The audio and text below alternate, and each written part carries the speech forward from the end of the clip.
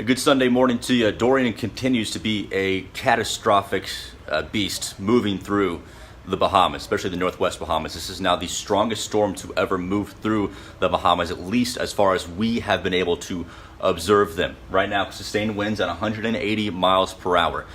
Gusts up to 220 miles per hour.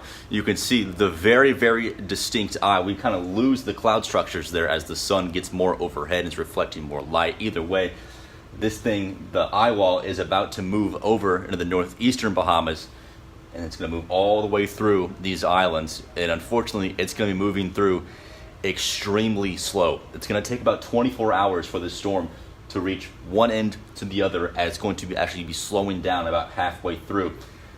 These are the sizes of the 74 mile per hour and excessive 74 mile per hour wind speeds. You can see it's right around the center of the storm, the eye wall, and then that north end is where probably the 220 mile per hour wind gusts are being observed. Look at these lines. It's forecast to remain a Category 5 hurricane.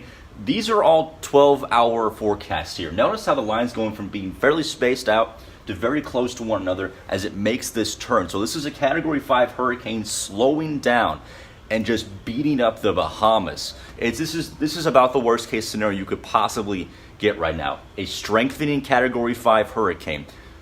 Storm surge values up to 25 feet. Feet of rainfall possible as this storm slows. Now the big question is, when is it going to make this northerly turn?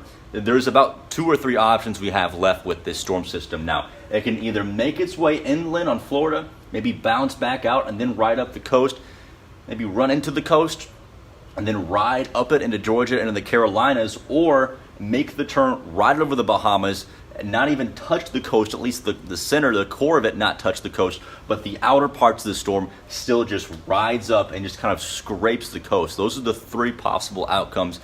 Either one of those, really 2 out of the 3, are going to do very, very bad storm surge. We'll just say 3 out of 3. All options very bad for coastal Georgia. The core of it still a major hurricane by 8 o'clock on Wednesday morning, crossing over into Georgia. By Thursday, 24 hours later, it's now impacting Charleston. That's just the core of the storm. We'll begin to see tropical storm force winds, which are about 39 mile per hour winds, as early as Tuesday morning or Tuesday evening, begin to affect coastal Georgia. By Wednesday afternoon and Wednesday evening, this is when the worst of it's probably going to be moving through coastal Georgia. Still a major hurricane, Category 3, moving up the coastline. Again, this is just one possible scenario. It may be closer to the coast. These little icons, which is the forecast for the center of the storm, could actually end up being right on land, or they may even be a little bit further out. Either way, coastal Georgia extremely susceptible to flooding. Even without a hurricane, it floods.